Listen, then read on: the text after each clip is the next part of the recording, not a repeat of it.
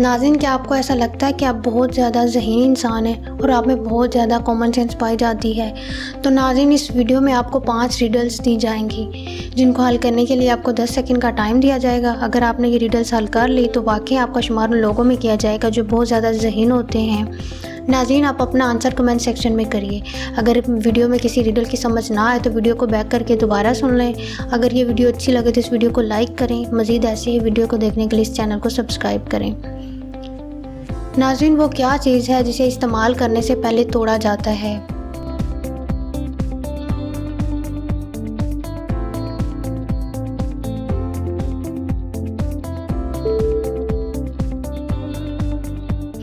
नाज़रीन, इसका जवाब है अंडा। नाज़रीन, अंडा हम हमेशा तोड़ के ही इस्तेमाल करते हैं, बगैर तोड़े उसे इस्तेमाल नहीं कर सकते।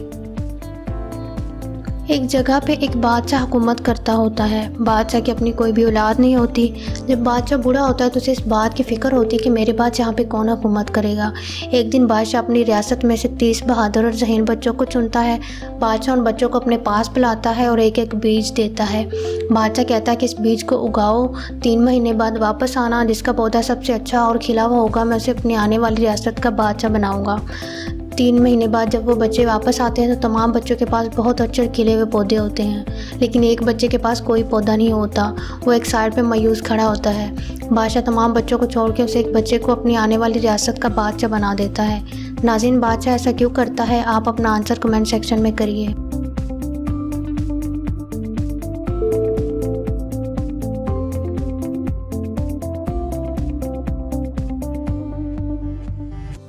नाज़रीन, बादशाह जो उन बच्चों को बीज देता है वो ख़राब और सूखे हुए होते हैं, लेकिन बाकी 2 बच्चे बेईमानी करके और बीज उगा के पौधे ले आते हैं। वो बच्चा ईमानदारी से अपना वही बीज उगाता है। बादशाह उसकी ईमानदारी देखते हुए उसे अपने आने वाली रियासत का बादशाह बना देता है।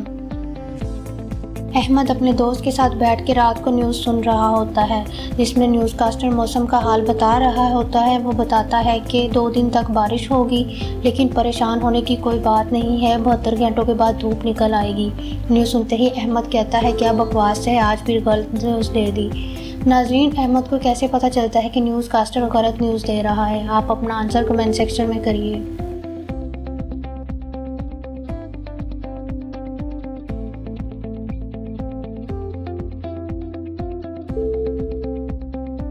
नाज़रीन, इसका जवाब ये है कि वो लोग रात को बैठ के न्यूज़ सुन रहे होते हैं, और अगर न्यूज़ कास्टर को गौर से सुना जाए तो वो कह रहा है कि 72 घंटों के बाद धूप निकल आएगी, हालांकि 72 घंटों के बाद भी रात ही होनी थी।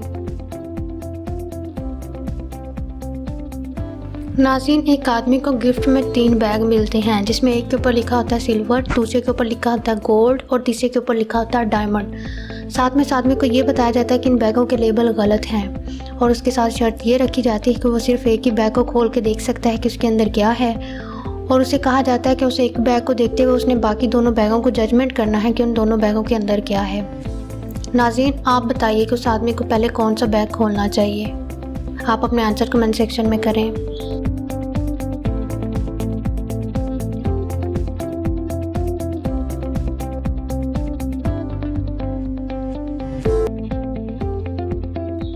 नाज़रीन, वो आदमी सबसे पहले सिल्वर वाला बैग खोलता है जिसमें से गोल्ड निकलता है, बाकी बचते हैं उसके पास ये दोनों बैग। जबकि बताया गया था बैगों के लेवल गलत हैं, तो गोल्ड वाले बैग में यकीनन डायमंड होगा और डायमंड वाले बैग में यकीनन सिल्वर होगा।